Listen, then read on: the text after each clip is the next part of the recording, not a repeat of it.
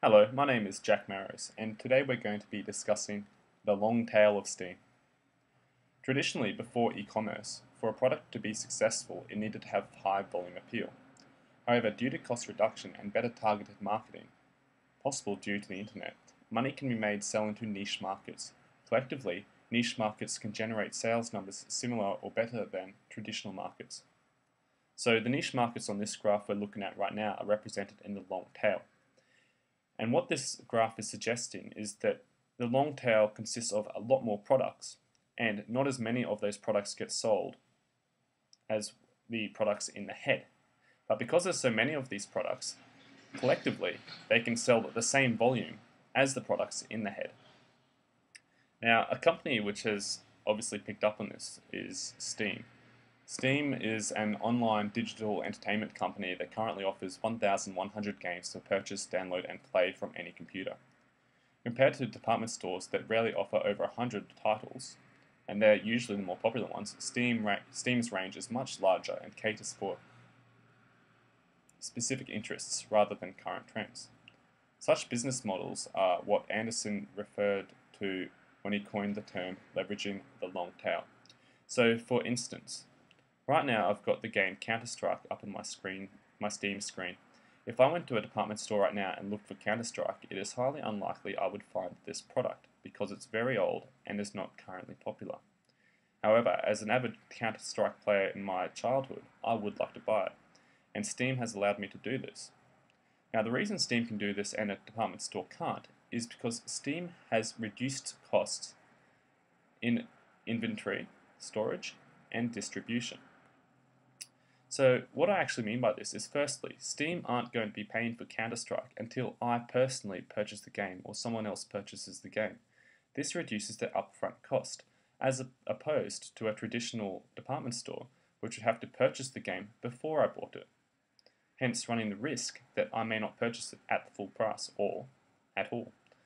Secondly, Steam is currently storing this game on their servers digitally. So what this means is they don't actually need a physical spot. And as we know, as time goes on, real estate is costing more and more money. And Steam does not have to worry about that. Finally, when I do finally purchase this game, Steam is going to deliver it through the internet. So this reduces the cost of delivery. They only have to pay a small amount for bandwidth as opposed to having to ship it physically. Now, I'd actually like to draw everyone's attention to how Steam would go about selling me this product. If I go to Steam, I'd firstly log in.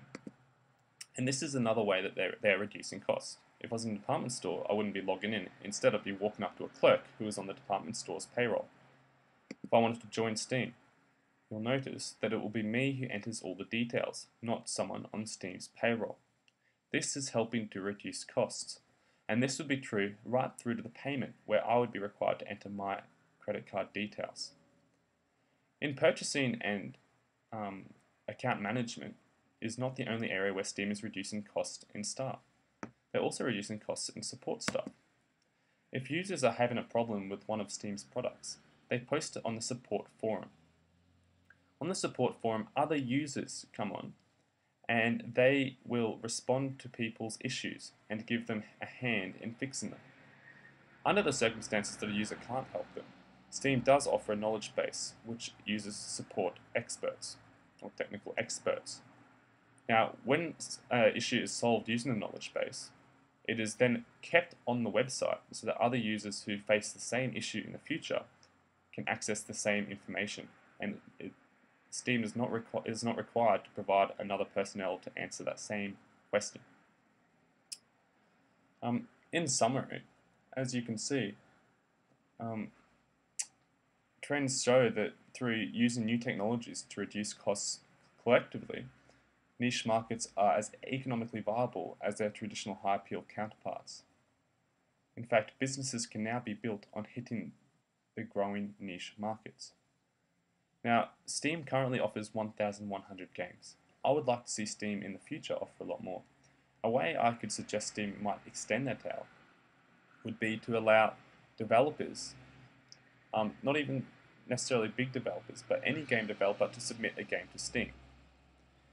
it would not cost Steam much to store this game, and similar to how the Apple App Store works, it's very possible that through targeting these niche markets, Steam could make a lot more money from the long tail. Thank you for listening to me. If you'd like to read more about leveraging the long tail, you can visit my blog at jackmarrows.com